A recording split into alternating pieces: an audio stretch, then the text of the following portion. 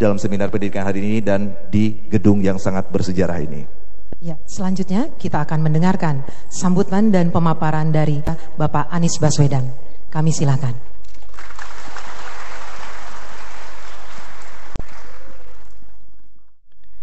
Assalamualaikum warahmatullahi wabarakatuh.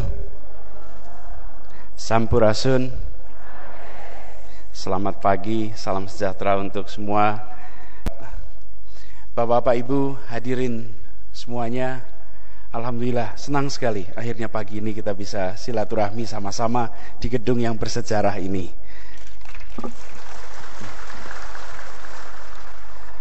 Ya, jadi kita beberapa waktu yang lalu saya diundang oleh Bu Vivi. Dan Bu Vivi ini salah satu contoh karakter yang berhasil.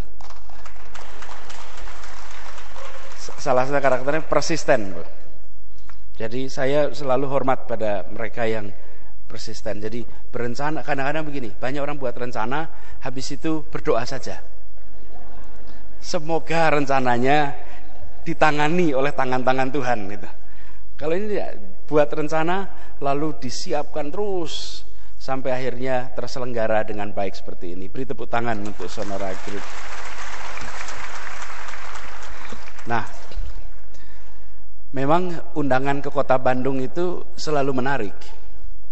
Jadi di sini datang dari banyak tempat. Katanya banyak datang dari Medan juga ya. Dari Medan, dari Aceh, dari mana-mana. Mungkin selain undangannya di sini, tadi saya sampaikan kepada Pak Wagub, selain acara diskusi, lokasinya juga di Bandung. Jadi banyak yang mau datang kalau ke Bandung. Coba kalau diskusinya pagi sampai jam 4 sore, Bu. Oh, sampai jam 4 sore ya? Wah, luar biasa. Beri tepuk tangan double kalau gitu, Bu. Berarti kita ini memang serius, Bu sekalian. Saya dapat tugas dari Ibu Vivi dan teman-teman untuk bicara soal pendidikan karakter. Sementara yang berkumpul di sini adalah Bapak Ibu yang sehari-hari di dunia pendidikan, di dunia sekolah. Jadi saya ini diajak untuk menggarami air laut. Loh, Bapak Ibu sehari-hari di depan kelas, Bapak Ibu yang sehari-hari berinteraksi. Pak Menteri itu kan di ujung sana, di hulunya. Bapak Ibu di hilir melihat dari dekat. Jadi saya mohon izin dulu Ibu sekalian, yang biasanya mengajar langsung di kelas, saya mohon izin, permisi, saya akan bicara dari perspektif yang mungkin agak di hulu. Ya, tapi yang namanya belajar itu tidak bisa satu sisi. Belajar adalah mutual. Karena itu saya melihat kesempatan ini bukan semata-mata kesempatan Bapak Ibu belajar, justru kita saling belajar di dalam acara seminar hari ini. Buat saya sendiri Pak Wagub, ini saya cerita sedikit, karena tadi disampaikan soal efek pendidikan, dan Ibu Vivi dalam sambutan tadi menceritakan efek pendidikan. Kami sebelum masuk ke tema, nanti ada temanya. Oh, foto saya pikir slide tadi itu. Kita kompetisi Pak Deddy Wijar ini. Ada layar lebar Pak Lisa sekarang. Jadi buat kami sekeluarga, setiap kali mendengar itu, apalagi di Bandung ini amat bersejarah bagi keluarga kami, Pak. Kenapa? Ibu saya berasal dari kota Kuningan. Tadi ada yang dari Palimanan, dari Kuningan juga. Ibu dari Kuningan. Tahun 50-an tidak ada dari kampung kami perempuan yang dikirim sekolah. Karena kalau perempuan sudah lulus SMP, maka umumnya dia menunggu untuk ada lamaran. Kakek kami bukan orang yang sekolah, tinggal di kaki Gunung Ciremai, yang tidak membaca banyak. Kalau ditanya banyak membaca, tidak. Mungkin bacaan beliau seumur hidup di luar Quran dibandingkan dengan jumlah koran Kompas satu minggu, lebih banyak koran Kompas satu minggu. Ya, koran Kompas itu tebal loh. Saking sedikitnya baca, tapi bukan karena di tempat yang listrik pun minimum, tapi satu, mendengarkan radio yang rutin. Dengerin radio rutin dengan radio kotak besarnya. Semua anak-anaknya dikirim sekolah. Sesudah perang selesai, anaknya ada 10. 1 sampai 4, 1 sampai 3 tidak ada yang sekolah. Kenapa? Karena masa perang. Sesudah itu 4, 5, 6 sampai 10 dikirim sekolah. Dikirimnya kemana? Ke Bandung. Lulus SMP dikirim ke Cirebon dan jadi pembicaraan semua orang. Saya sering ke kota Bandung waktu masih kecil karena ibu sering mengajak untuk ke sini. Ibu itu asramanya sekarang jadi rumah sakit Muhammadiyah di Buah Batu. Dulu asrama, naik sepeda tiap hari ke samping gedung Asia Afrika. Dari sini kemudian nanti ada kendaraan shuttle ke Ledeng karena kuliahnya di Unpad jurusan pedagogi. Sekarang namanya Universitas Pendidikan Indonesia. Jadi kota ini, dan kemudian setelah berapa tahun kemudian, dari satu kampung yang sekolah, kami merasakan betul, yang sekolah yang tadi disebut, terjadi perubahan secara signifikan dari tingkat kesejahteraan, wawasan. Kami ini, saya adalah generasi kedua dari yang merasakan manfaat pendidikan. Generasi pertama itu ditunaikan tahun 60-an, 70-an. Kita ini generasi yang kedua.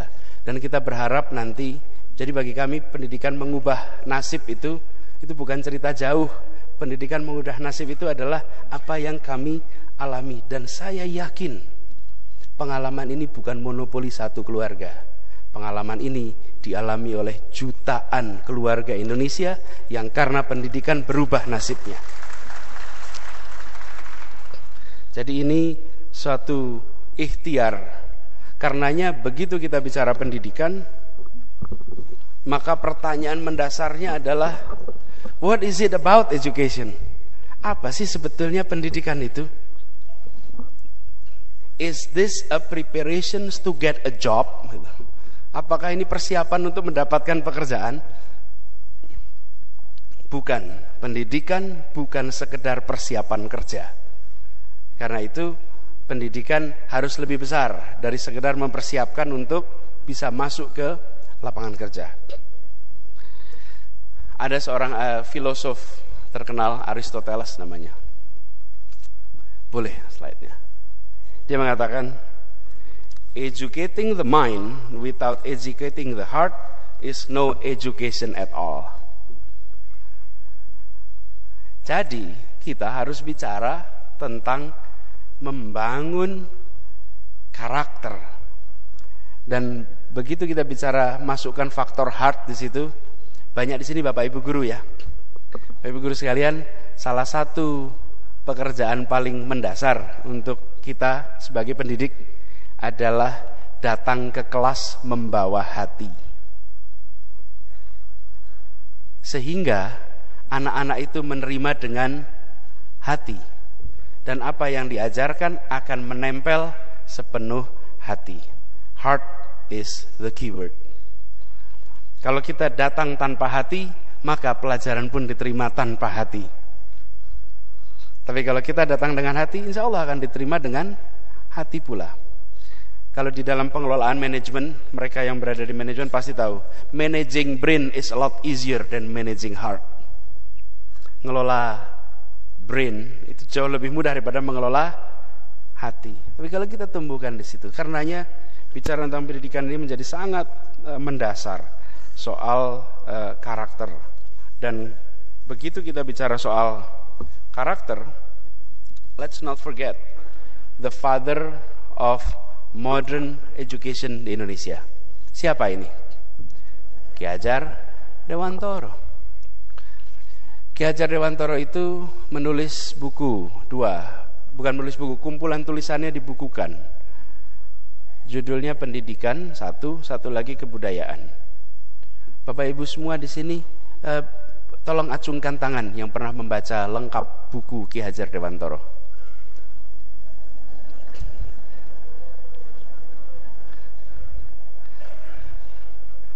Ya, this is the issue.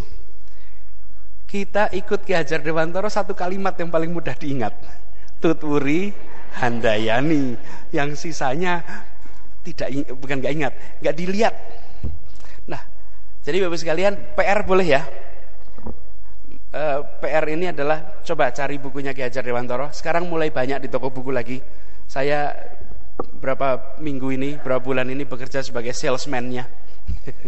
Mempromosikan buku ini agar dibaca lagi. Dan bukunya kalau Anda baca, sebagian tulisannya masih menggunakan bahasa-bahasa masa lalu, ejaannya juga ejaan lama, dan sebagian malah bahasa Belanda. Yang ditulis Ki Hajar adalah yang dipraktekkan di Finlandia. Negeri yang dipuji di banyak tempat di dunia karena kemajuan pendidikannya, melaksanakan apa yang ditulis oleh Ki Hajar Dewantara. Tetapi kita yang mewarisi bahasanya Ki Hajar Dewantara malah justru not even read it, apalagi apply it. Baca aja tidak, apalagi menerapkan. Ki Hajar mengatakan sekolah itu apa?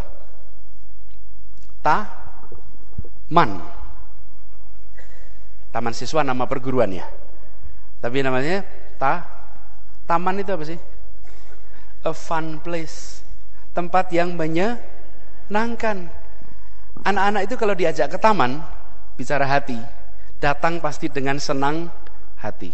Coba diajak pulang, pasti dengan berat hati. Hari ini kalau datang ke sekolah gimana? Datang berat hati, pulang senang hati. So there is a problem there. Ini Ki Hajar mengajarkan taman. Dan jadi guru juga begitu. Guru ini pamong yang ngemong itu kalau bahasa Jawa ngemong ya, karena bahasa Sunda apa kalau ngomong? Ngasuh, kemudian jadi bukan sekedar mengajar, dia ada mengasuh, dia, dan unsur ngomong itu ada rasa cinta di situ. Karena itu dia ngemong, nak pamong. Nah kita juga, ini semua kita menjadi pendidik di sini juga punya tantangan itu. Seringkali di sini yang Bapak Ibu guru boleh nggak acungkan tangan? Berapa banyak? Semuanya? Masya Allah, banyak betul. Tepuk tangan untuk Bapak Ibu guru semua di sini. Nah, begitu kita bicara tentang guru, nanti saya obrolin lebih jauh lah soal gurunya. Tapi saya kembali dulu soal karakter ini. Ini menurut Ki Hajar Dewantara. Boleh slide-nya dipasang lagi. Saat siswa memiliki kecerdasan budi yang baik, ia dapat mengadakan budi pekerti yang baik, sehingga dapat mewujudkan kepribadian dan karakter yang kokoh. Jadi, kalau kita lihat apa yang dituliskan Ki Hajar, dan kita rujuk ini, Bapak sekalian, karena itu saya usul nanti baca agak lengkap yang ditulis Ki Hajar. Ki Hajar itu bukan sekedar mendalami komponen pedagogi pendidikannya, tapi dia memiliki kedalaman pemahaman tentang kebudayaan. Karena itu dia paham persis betapa pendidikan dan kebudayaan itu hal yang tidak bisa terpisahkan. Dan pendidikan adalah bagian dari kebudayaan. Ini luar biasa. Jadi kalau Bapak Ibu sekalian datang ke institusi yang menyadari itu, maka seperti tadi anak-anak kita bermain, tadi main angklung. Mereka merasakan itu lebih dari sekedar oh saya pentas hari ini lalu bersiap-siap. Ada proses pelatihan rasa yang luar biasa. Dan angklung ini selalu mempesona. Menurut saya leadership itu harusnya meniru angklung. Leadership style gaya angklung, Pak Wagub. Karena leadership gaya style gaya angklung itu adalah begini. Pemimpin itu dirigennya. Dan tidak jalan orkestra itu jika tidak semua memainkan peran. Seringkali yang kita sukai musik misalnya main musik tunggal. Musik tunggal itu artinya ya sentralnya ada pada satu orang. Angklung itu sulit dimainkan tunggal. Bisa nggak kira-kira? harus banyak sekali kan, harus lari-lari. Tapi angklung itu pasti dimainkan bersama-sama. Saya rasa filosofi perubahan di Indonesia harus merujuk pada filosofinya angklung. Semua berperan, semua memainkan perannya. Nah, bagian dari pemimpin adalah menata itu. Karena pemimpin jadi dirigen saja. Dirigen, tadi perhatikan memberikan tanda-tandanya itu. Simple sekali. Berikan tanda-tanda dan kemudian semuanya bergerak. Jadi, pendidikan yang tidak menyentuh karakter itu tidak bisa disebut sebagai pendidikan. Pendidikan harus menyentuh karakter. Tapi pertanyaannya kemudian, karakter itu dimunculkan atau dimasukkan?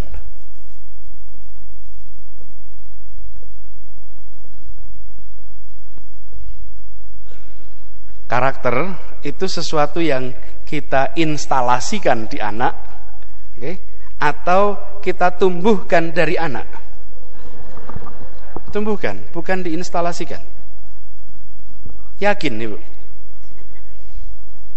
Yakin gitu dong. Iya. Yakin, ditumbuhkan dari anak.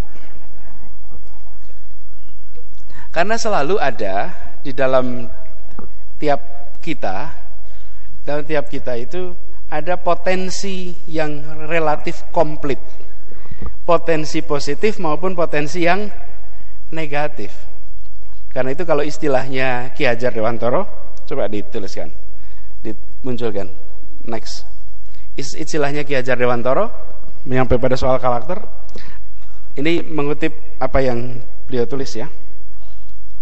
Anak yang dilahirkan boleh diumpamakan seperti sehelai kertas yang sudah ada tulisannya. Tetapi semua tulisan itu kabur, dotted, bertitik-titik, kabur.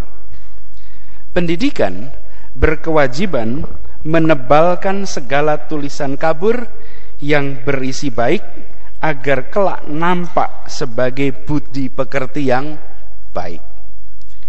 Tapi sebaliknya, segala tulisan kabur yang bermakna buruk hendaknya dibiarkan jangan sampai tumbuh menjadi tebal, bahkan diharapkan semakin kabur. Kita punya potensi, karena itu ada pengelolaan nih antara akal sehat kita misalnya dengan hawa nafsu kita. Kan ada itu di situ pengelolaan itu. Di situ harus dikelola. Bagaimana pendidikan karakter itu bisa memunculkan ini. Dan kalau kita menyadari bahwa anak-anak memiliki potensi, maka tugas kita, kalau seperti bibit itu diletakkan, kita ingin bibit ini tumbuh, nomor satu, bibitnya sendiri tentu punya kontribusi. Tapi yang tidak kalah penting, sehebat bibit apapun bila diletakkan di tanah gersang tandus yang sedikit pun memberikan potensi kesuburan, maka bibit itu akan mati. Nah, kita di dunia pendidikan itu bagian menyediakan wahana yang subur untuk karakter-karakter A, B, C, D, F, G itu bisa tumbuh. Nah, karena itu saya kutip lagi nih Ki Hajar Dewantoro. Hidup tumbuhnya anak-anak terletak di luar kecakapan dan kehendak kita, kaum pendidik. Anak-anak sebagai makhluk, sebagai manusia, hidup dan tumbuh menurut kodratnya sendiri. Kita, kaum pendidik, hanya dapat menuntun tumbuhnya atau hidupnya kekuatan kodrati yang ada pada anak-anak agar dapat memperbaiki lakunya, hidup dan tumbuhnya. Bahasanya masih bahasa tahun 30-an ya. Tapi substansinya kita menangkap, bukan? Karenanya Ki Hajar menggarisbawahi di sini, berikan ruang pada anak-anak. Berikan kebebasan pada anak-anak untuk tumbuh sambil pendidiknya mengarahkan. Tapi ada ruang untuk tumbuh. bukan tumbuh besar karena rasa takut, karena tekanan, karena paksaan. Kita semua tahu di dunia pendidikan soal itu. Anak-anak rusak budi pekertinya disebabkan selalu hidup di bawah paksaan dan hukuman yang sering tiada setimpal dengan kesalahannya.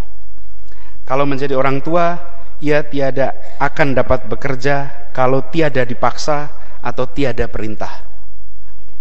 Kalau kita meniru saja apa yang semacam itu, tiadalah kita akan dapat mendidik orang yang punya kepribadian. Kalau kita ingin anak-anak kita punya self-startership, sekarang yang sering muncul, inisiatif, kreativitas, inovasi, dan lain-lain, maka latihlah dari awal usianya. Karena itu orang tua menjadi sangat penting sekali. Orang tua ini sering menghadapi tekanan, sering stressful juga. Yang sering masalah adalah ketika tekanan macam-macam urusan itu disalurkan saat mendidik anaknya. Lalu anaknya justru harus menjadi tempat penampungan atas problem yang dialami orang tua. Guru juga begitu. Guru datang ke sekolah dan anak-anak itu bisa merasakan loh. Bapak Ibu sekalian pasti tahu, anak-anak itu tahu gurunya sedang senang, sedang sedih, sedang marah, sedang bisa merasakan anak-anak itu. Cuman tidak selalu mereka mengekspresikan. Begitu guru masuk, punya sense. Guru juga begitu, punya sense terhadap apa yang terjadi di anak-anaknya. Jadi kita harus melihat proses pendidikan ini benar-benar sebagai proses pengembangan potensi yang ada di anak. Dan kita lihat kalau ke depan ada berbagai macam karakter, nanti kita diskusikan, yang harus kita tumbuhkan. Lalu bagaimana proses yang harus kita lakukan? Minimal ada 3 step yang bisa dipakai. Karakter ini harus diajarkan lewat bukan tulisan, bukan lisan, tapi keteladanan. Harus pakai keteladanan. Tanpa keteladanan sangat sulit sekali menumbuhkan karakter itu. Jadi kalau di rumah, di sekolah kita menceritakan soal kedisiplinan, bagaimana kedisiplinan itu dibangun, mari kita hormati rambu-rambu lalu lintas. Tapi ketika anak-anak pergi bersama kita, kita melupakan rambu-rambu lalu lintas. Dan bahkan kita ini kalau melanggar rambu lalu lintas sudah nggak ingat lagi, saking nggak merasa berdosanya. Ya, melanggar itu coba diingat-ingat kapan kali terakhir melanggar rambu-rambu lalu lintas. Saking rutinnya kita langgar. Ini Pak Wagub sampai pernah mengatakan begini, kita ini belum taat hukum, baru taat pada penegak hukum. Datangkan satu polisi di perempatan, mendadak lampu itu berfungsi. Lah padahal fungsinya lampu itu kan menggantikan polisi gitu. Jadi ini satu masalah tersendiri. Jadi kita melihat keteladanan itu penting sekali. Begitu juga dengan kita bicara tentang kejujuran, bicara tentang ketegasan. Kalau di rumah tidak ada kejujuran, di rumah tidak ada ketegasan, don't expect your kids untuk memiliki honesty. Asertif, sulit. Jadi orang tuanya harus ajarkan, gurunya harus ajarkan. Nah, seringkali kita harus bernegosiasi dengan anak. Dan biasanya orang tua, guru lebih leluasa negosiasi dengan anak. Orang tua seringkali lebih lemah kalau bernegosiasi dengan anak. Misalnya anaknya ikut belanja, sampai di toko, di warung, minta beli es, permen, orang tuanya bilang jangan, lalu dia menangis sekeras-kerasnya. Dia memberikan public pressure pada orang tuanya. Dengan menangis keras itu sebetulnya dia lagi ngajak, halo semua orang, lihat nih ibuku gak mau kasih gitu kan. Si ibu dalam posisi, aduh kenapa kamu nangis? Bukan soal nangisnya, kenapa keras gitu loh nangisnya. Kan selalu bilang diem, bukan berhenti kan. Kalau itu kan berhenti nangis, diam. Kenapa? Karena buat orang tua juga ini dihentikan nih public pressure ini. Saat itu orang tua diuji mau tegas apa tidak. Oh, lewatkan aja. Ya udah, biar publik tenang, tak lagi menonton bapak ibunya, maka berikan yang dia mau. Saat itu si anak belajar, I see, this is the way to do it. Gak harus tegas, bisa negosiasi kok. Jadi ketika kita melihat pelanggaran kolosal di Republik ini, mulainya dari mana? Dari dalam rumah kita, kendor kita. Begitu kita katakan tidak, negosiasi sebentar berubah menjadi bisa. Ini gak bisa dirubah. Kita bicara karakter itu baik keteladanan dipraktekkan. Contoh, kami mau pergi resepsi, hadir resepsi. Lalu anak umur 4 tahun, 5 tahun. Supaya mengurangi kerumitan saat berangkat, maka anak suka ingin ikut. Sebelum ibunya dandan, mbaknya dikasih tahu, mbak tolong diajak main yang jauh. Anaknya main yang jauh. Bapak ibunya dandan, siap-siap, kemudian pergi. Anaknya pulang, habis main-main di sekitar rumah, bapak ibunya udah hilang. Kemana bapak ibu saya? Atau anaknya biar di situ dibilangin, nak, ibu mau pergi, nanti 2 jam lagi pulang, minta ikut. Enggak, di rumah ya, jangan ikut. Wih, nangis minta ikut. Ibunya dandan, siap-siap. Anaknya melihat tuh proses. Proses apa? Proses mengimplementasikan keputusan. Keputusannya adalah bapak ibu berangkat, anak di rumah.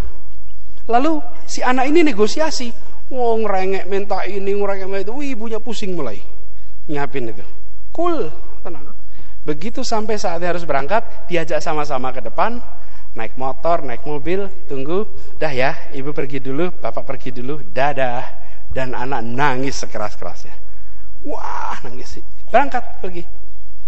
5 menit kemudian anak sudah main dengan urusan lain. Tapi apa satu yang terjadi? Anaknya sadar. Kalau orang tua mengatakan di rumah, berarti di rumah. Kalau mengatakan 2 jam pulang, 2 jam pulang. Punya kepastian dan sadar ketegasan itu dilaksanakan.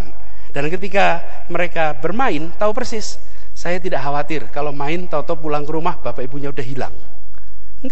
Enggak pernah bapak ibunya memberikan ketidakpastian. Yang dibangun adalah mutual trust, kepercayaan. Ini contoh, begitu banyak karakter yang tumbuh hanya dari hal yang kecil-kecil seperti ini.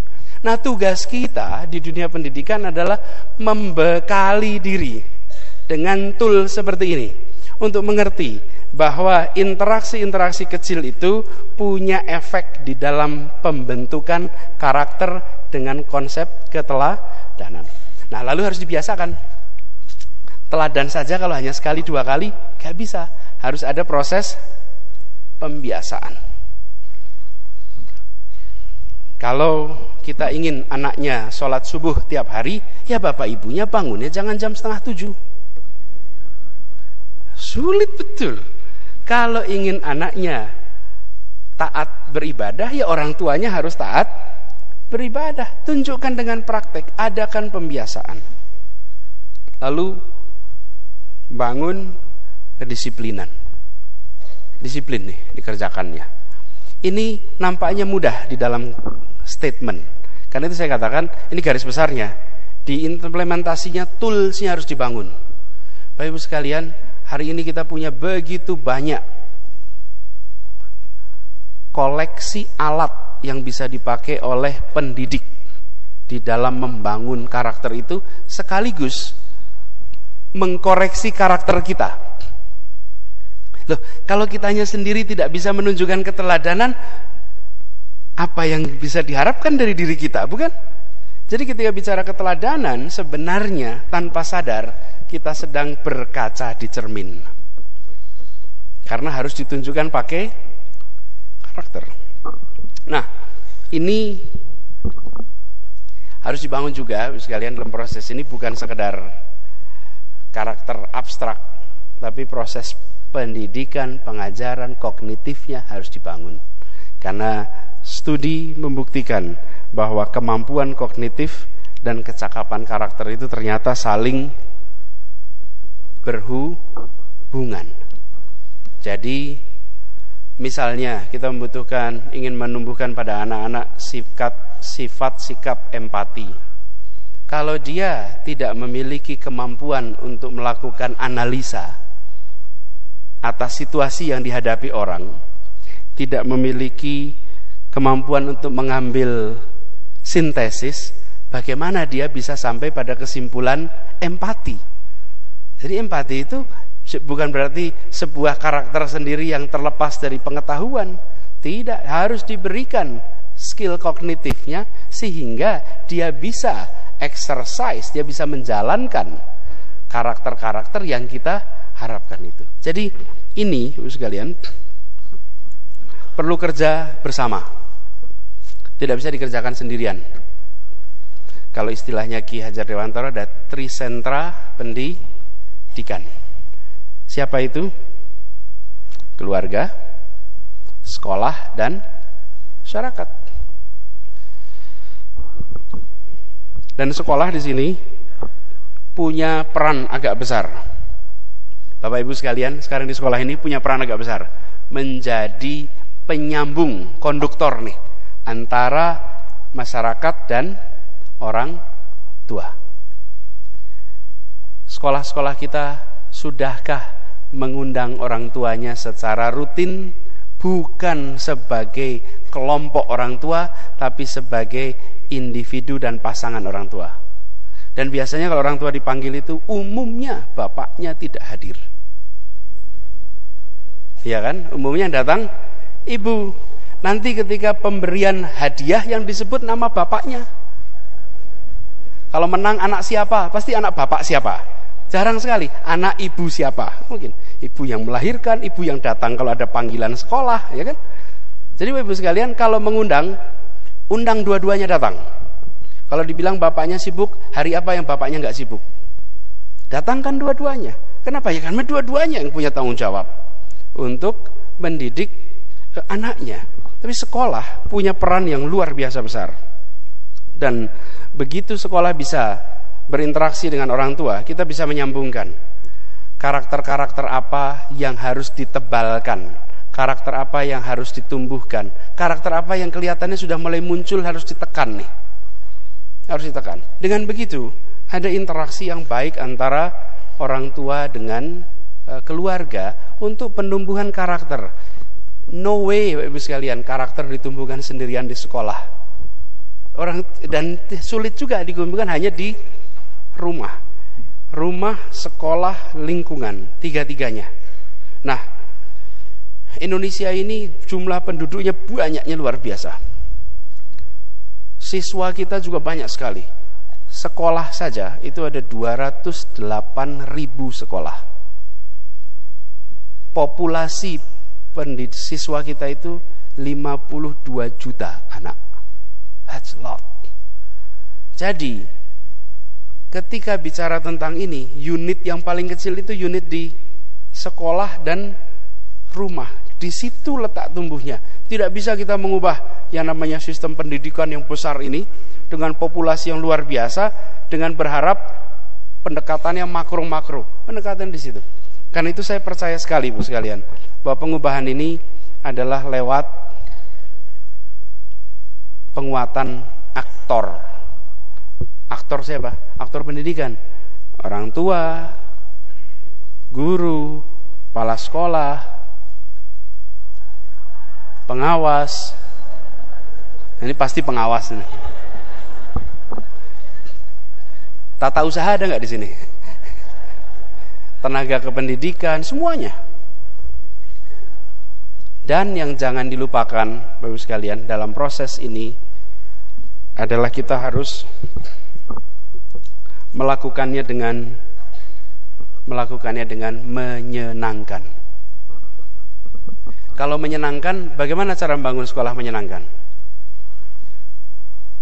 Tanya pada siapa kita kalau mau cari sekolah menyenangkan?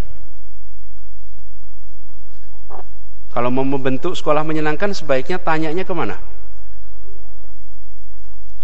Kita sudah sering bertanya pada ahli pendidikan. Sudah saatnya mulai sekarang kita bertanya pada peserta didik yang ada di sekolah-sekolah. Ya, tanya pada peserta didik, yang Anda maui sekolah menyenangkan itu seperti apa? Dan jangan dikira kemudian sekolah yang nggak pakai jadwal, sekolah enggak kok. Mereka tidak akan tentu ada, mayoritas tidak akan mengatakan itu. Mayoritas akan mengatakan, guru saya itu kalau ngajar itu salah, dan saya tahu salahnya. Salahnya A, B, C, D, F, G. Tapi saya nggak tega untuk mengatakan. Iya. Tapi kalau kita buka ruangnya, kepala sekolah ini banyak kepala sekolah di sini. Nanti kita diskusi lebih jauh. Minta anak-anak bicara. Jelaskan pada kami apa yang membuat sekolah ini tidak menyenangkan untuk Anda. Mendadak kita dapat masukan yang grounded. Lalu kita ini tanya pada ahli-ahli sana sini yang nggak berada di sekolah. Betul, ini pertanyaan yang sama saya pernah tanyakan pada para penyusun kurikulum. Saya cuma tanyakan bapak-bapak, waktu itu nggak ada ibu, benar, hanya bapak saja. Jadi saya tanya, bapak-bapak, sudahkah pernah berada di SD selama 1 minggu? Terus dijawab, tidak relevan Pak Anies pertanyaannya. Ya sudah, kalau gitu 1 hari saja, pernah belum? Kalau belum, maka jangan berpikir mengatur tentang pola interaksi antar pendidik dan peserta didik tanpa kita melihat kondisi di lapangan. Karena itu lihat kondisi di lapangan. Nah, jadi ini sekalian, tanya pada anak-anak kita. Saya mendengarkan presentasi dari anak-anak SMA, Pak Wagub. Saya undang ngobrol. Mereka itu tunjukkan kelemahan pendidikan di Indonesia, perspektif siswa SMA kelas 2, dan bukan 1 orang, 1 kelompok didiskusikan. Jadi begini, mereka itu bukan saya mendatangi, mereka kirim PowerPoint kepada Mendikbud, judulnya masalah. Jadi saya baca PowerPoint-nya, bagus sekali anak ini. Jadi ditanyain sekolahnya di mana gitu, dicari sekolahnya, lalu saya datangi, dan saya datangi tidak memberitahu dulu. Jadi guru piketnya itu ketika saya datang, saya lapor mau bertemu itu, dia tidak tahu apa yang harus dikerjakan. Cuman melongo saja, Pak. Padahal maksud saya, Bu, saya di sini mau berkunjung, mau ketemu, dan dia kira-kira berapa detik itu agak blank.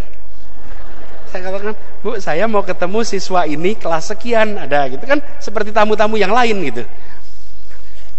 Lalu, ributlah di sekolahnya, dah. Mana anak itu dikumpulkan, ternyata anak itu dari berbagai kelas, bukan 1 kelas. Jadi kelompok belajarnya rundingan ketemu, dipresentasikan, dijelaskan satu-satu. Guru-gurunya di sana melongo ngeliatin anak-anaknya. Kan sebetulnya si anak-anak sedang menceritakan dirinya, bukan? Sedang menceritakan gurunya, sedang menceritakan kepala sekolahnya, sedang menceritakan lingkungan sekolahnya, bukan? Ditunjukkan semua, tapi konstruktif. Bahkan pertanyaannya filosofikal. Pak, dia bilang, Pak Anies, kami masuk beda dengan di Singapura. Dia ceritakan, dia pernah 1 kelompok, bukan 1 kelompok, 2 orang dari kelompok itu pernah mengikuti program di Singapura. Di sana masuk sekolah katanya 8:30 atau jam 9, pulang 3:30 sore. Kami di sini, Pak, masuk 6:30, Pak, pulang jam 5, Pak. Lalu kenapa mereka yang belajarnya lebih sedikit kok bisa lebih pintar dari kami? Apa yang salah dengan kami, Pak? Kami kurang keras apa belajarnya? Tunjukkan salah kami, Pak. Lalu coba menjawabnya apa itu? Jam belajar, beban jumlah mata pelajaran ditunjukkan.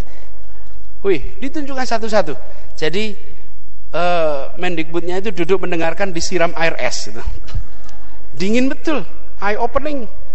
Bapak Ibu sekalian, lakukan itu di sekolah-sekolah kita. Minta pada anak-anak untuk jelaskan. Mereka akan datang konstruktif. Karena mereka juga datang untuk belajar dan mereka tahu persis pendidikan itu penting. Hanya seringkali kita lebih suka tanya pada para ahli yang gelarnya panjang. Saya juga bergelar, jadi saya juga termasuk yang sering ditanyai. Tapi menurut saya bisa kasih perspektif, akumulasi pengetahuan, dan itu tidak boleh dihilangkan. Tanpa para pakar-pakar itu, kita tidak bisa mendapatkan lesson learn di dalam dunia pendidikan yang sudah berjalan berabad-abad. We need them. Tapi di sisi lain, begitu kita bicara tentang aplikasi, kita membutuhkan mereka yang menjadi pengguna dalam tanda kutip, yaitu para siswa. Dan kepala sekolah bisa tanya kok, pengawas juga bisa tanya, guru mana sih yang menjadi favorit Anda? Anak-anak itu akan menjawab. Kalau mereka nggak tega mengatakannya, beri mereka selembar kertas, suruh menuliskan jawabannya. Ya, mereka akan mengatakan. Dan nanti guru mana yang menurut Anda paling tidak menyenangkan? Tulis. Ini. Jadi, sekalian, kita dalam berbicara tentang ini, tumbuhkan budaya sekolah yang baik. Budaya sekolah yang baik ini menjadi kunci untuk bisa menumbuhkan karakter. Jadi kalau saya dan teman-teman di kementerian itu membuat semacam cita-cita, keinginan kita adalah mencoba untuk bisa membentuk insan dan ekosistem pendidikan dan kebudayaan yang berkarakter dan dilandasi semangat gotong royong. Kita ingin bangun itu. Jadi bukan saja orangnya, tapi juga ekosistemnya. Karena di ekosistem inilah bisa tumbuh dan berkembang karakter-karakter yang baik. Bapak Ibu sekalian, membekali anak-anak kita dengan karakter baik, tapi ekosistemnya kontra terhadap karakter-karakter yang sudah kita bangun, kasihan anak-anak itu. Tough, berat sekali. Jadi justru kita harus bangun lingkungannya. Karena itu bagi kita orang tua yang tinggal di lingkungan, terlibatlah dengan lingkungan. Jangan jauhi lingkungan. Kami itu sebetulnya, saya itu sekalian terputus karena ada urusan mendadak bukan mendadak, ditugaskan di kementerian. Sebelumnya kami dengan teman-teman itu, Pak Wagub sedang mencoba sebuah gerakan, Pak. Gerakan ini terkait dengan lingkungan, mengajak kaum profesional untuk bersedia menjadi ketua RT di kampungnya masing-masing. Iya, ketua RT. Jadi kira-kira begini, ketua RT itu keren loh. Bukan hanya jadi gubernur, wakil gubernur, menteri, wali kota, kan sudah banyak tuh. Jadi ketua RT itu keren. Dan jadi ketua RT itu berinteraksi dengan lingkungan. Coba bayangkan, misalnya seorang GM, seorang general manager, seorang director, seorang CEO, sampai di kampungnya, undangan RT rapat biasanya nggak datang. Dikenal dengan lingkungannya pun tidak. Namanya bisa dikenal di mana-mana, prestasinya bisa hebat, di lingkungan kampungnya meaningless. Itu artinya apa? Anak-anaknya pun tak akan menjadi bagian dari lingkungan. Kita harus kembali, harus ubah nih. Bahkan sekarang ini makin tinggi penghasilan, makin tinggi tingkat kesejahteraan, makin tinggi pagar rumahnya, Pak. Betul tuh. Coba aja Anda lihat. Sebenarnya kan makin harus bisa berinteraksi. Karena itu saya melihat memotong ini tidak bisa dengan anjuran pemerintah. Saya nggak bisa lagi sekarang mengatakan, yuk di pemerintah bisa sih dorong, tapi ini harus muncul dari civil society. Kami sudah ada salah seorang manajer Pak di Garuda, saya ceritakan ini, lalu dia mau melakukan dan dia di lingkungannya sekarang menjadi ketua RT. Saya ingin promosikan lebih banyak orang-orang seperti ini. Selalu semuanya mengatakan repot mengelola waktu. Kok repot mengelola waktu? Kenapa? Ya banyak urusan rutin. Ngurus surat kelahiran, ngurus surat kematian, mengurus surat kemiskinan, pindah penduduk. Banyak sekali. Loh, apa susahnya Anda panggil anak muda yang biasa mangkal ojek, berikan surat tugas atas nama ketua RT untuk menjalankan yang rutin-rutin. Apa susahnya? Panggil anggota manajemen keuangan di kantornya, buatkan pengelolaan keuangan. Ajak satu anak muda untuk mengelola day to day. Ada pelaksana harian RT. What's so difficult? Biasanya pelaksana harian itu hanya pejabat, bukan? RT tugaskan orang harian. Tapi dikelola, you can do it. Intinya, sekalian, budaya ini harus dimunculkan. Jadi tidak bisa sekolah sendirian, budaya lingkungannya mempengaruhi. Rumah tak bisa sendirian, budaya sekelilingnya mempengaruhi. Jadi dengan begitu, ketika disebut bahwa pendidikan itu di rumah dan di sekolah, serta di antara keduanya, yang di antara keduanya itu dikelola dengan baik. Jadi, Bapak Ibu sekalian, ini barangkali sebagian yang bisa saya sampaikan menyangkut karakter. Kita bisa berdiskusi lebih jauh, dan dengan senang hati kalau Bapak Ibu ada pertanyaan, komentar, silahkan diungkapkan. Dan saya ingin sampaikan juga, ketika kita berdiskusi soal pendidikan, banyak di antara kita justru berdiskusi soal administrasi kepegawaian guru.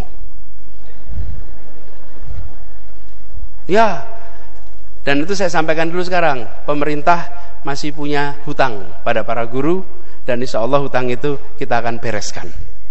Oke?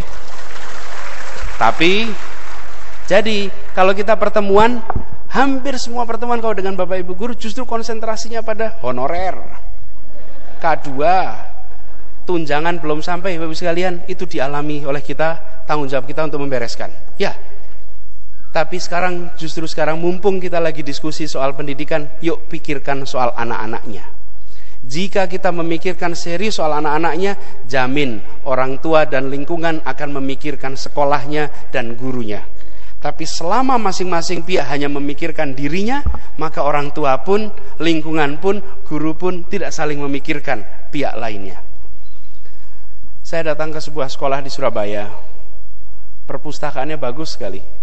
Lalu saya tanya, Pak, bisa bangun perpustakaan sebagus ini bagaimana? Oh, sumbangan Pak dari orang tua. Oh ya, sumbangan dari orang tua? Iya. Diminta? Tidak. Kenapa? Bahagia aja orang tuanya. Orang tuanya merasa sangat bahagia dengan pendidikan yang diterima anaknya.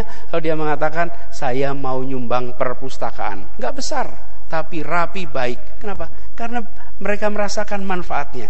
Tapi ketika kita hanya mikirin kita masing-masing, yang namanya tadi gotong royong itu nggak terjadi. Jadi kita coba diskusikan itu hari ini. Monggo kalau ada yang mangga di sini, mangga. Saya berdiri aja nggak apa-apa. Ya, yang nggak apa-apa saya ambil sendiri. Ya, kita berikan aplaus langsung aja kalau itu. Langsung saja. Ya. Ini modelnya seperti kuliah